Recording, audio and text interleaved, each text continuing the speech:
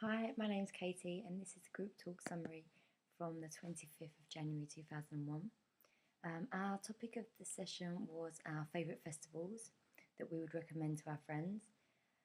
We had quite a lot of new vocabulary and example sentences to go through. So first of all was make the most of things, or make the most of it. Now, to make the most of it is using things or situations to their greatest advantage. So examples of this would be, I intend to make the most of the free drinks at tonight's party.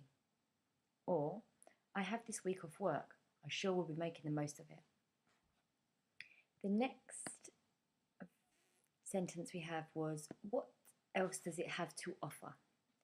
So, have to offer means what else is good about it? What other things are there for us to enjoy? So examples of using this would be, I heard this restaurant has great wine. What else does it have to offer? Or, other than its luxury interior, what else does the hotel have to offer? So that's ways that you can use that. The next thing that came up was an acquired taste. Now, an acquired taste is an appreciation for a type of food that you do not have much exposure to. So these foods are likely to be capers, anchovies, caviar, truffles. So people who haven't had much exposure to these are not likely to enjoy them to begin with, but an acquired taste after times of eating them regularly, maybe, then you will like them, hopefully. That leads us on to another new word that came up today, which was delicacy. Now, a delicacy is an expensive or a rare choice of food, again, such as truffles. Then we had a new word come up today, which was seized. Now, seized is to end. So examples of using the word seized would be, at last the war has ceased, or the rain ceased and the sun began to shine. So the next word that came up was stalls. Now, stalls, we heard them being called shops at a festival. So a stall is a stand or booth where people sell foods, drinks, or host games at the festival. So an example of using the word stalls would be, there were many stalls at the festival selling traditional Japanese foods. Okay, the next word was magnificent. Now, magnificent is an impressive appearance or a show. So something that's really great or grand. For example, the castle was magnificent, just like a fairy tale. Or, the fireworks were magnificent, more impressive than I'd ever seen before. Okay. The next word come up was temporary. Now, we were talking about people working on a temporary basis or on a contract, which is temporary.